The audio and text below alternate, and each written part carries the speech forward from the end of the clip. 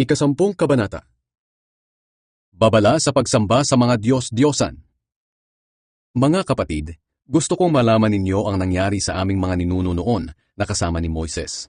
Ginabayan sila ng Diyos sa pamamagitan ng isang ulap na nanguna sa kanila at tinulungan sila sa kanilang pagtawid sa dagat na pula. Sa pamamagitan ng ulap at ng dagat ay parang binautismuhan sila bilang mga tagasunod ni Moises. Kumain silang lahat ng pagkain mula sa Diyos.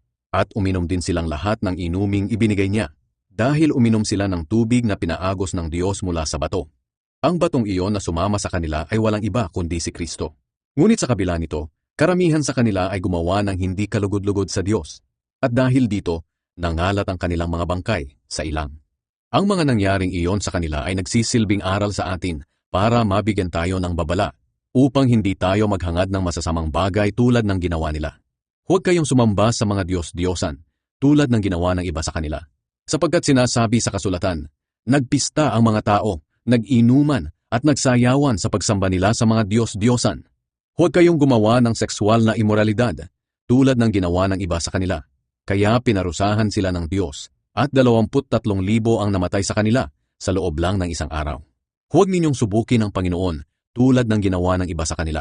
Kaya namatay sila sa tuklaw ng mga ahas. Huwag din kayong mareklamo tulad ng ilan sa kanila. Kaya pinatay sila ng anghel ng kamatayan. Ang mga bagay na ito'y nangyari bilang halimbawa sa atin at isinulat upang magsilbing babala sa ating mga nabubuhay sa panahong nalalapit na ang katapusan ng lahat. Kaya kung iniisip ninyo na matatag na kayo sa inyong pananampalataya, mag-ingat kayo at baka mahulog kayo sa kasalanan. Walang pagsubok na dumarating sa inyo na hindi naranasan ng ibang tao.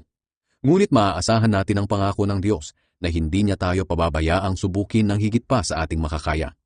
Kaya kung dumaranas kayo ng pagsubok, gagawa siya ng paraan para mapagtagumpayan ninyo ito.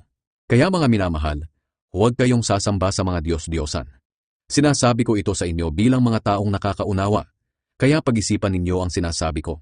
Sa tuwing nagtitipon tayo bilang pag-alaala sa kamatayan ni Kristo, may iniinom tayo na ating pinasasalamatan sa Diyos, at may tinapay din tayong hinahati-hati at kinakain.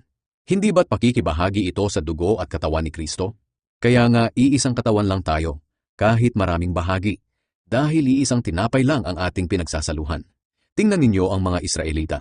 Ang mga kumakain ng mga handog ay mga kabahagi sa gawain sa altar. Ano ang ibig kong sabihin?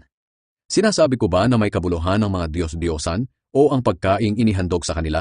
Hindi. Ang ibig kong sabihin ay inialay nila ang mga handog na iyan sa masasamang espiritu at hindi sa Diyos. Ayaw ko maging kabahagi kayo ng masasamang espiritu.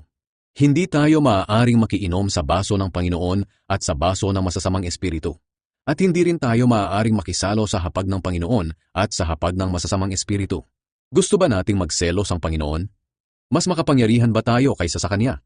Maaari nating gawin ang kahit ano, pero hindi lahat ay nakakabuti o nakakatulong. Huwag lamang ang sarili ninyong kapakanan ang inyong isipin, kundi ang kapakanan din ng iba. Kumain kayo ng anumang nabibili sa pamilihan ng karne, at huwag na magtanong kung ito ba'y inihandog sa mga Diyos-Diyosan o hindi, upang hindi na kayo usigin ng inyong konsensya. Sapagkat sinasabi ng kasulatan, ang mundo at ang lahat ng naroroon ay pag-aari ng Panginoon. Kung imbitahan kayo ng isang hindi mananampalataya sa isang salo-salo at gusto ninyong dumalo, kainin ninyo ang anumang ihain sa inyo nang hindi na nagtatanong kung ito ba'y inihandog sa mga Diyos-Diyosan o hindi, upang hindi na kayo usigin ng inyong konsensya.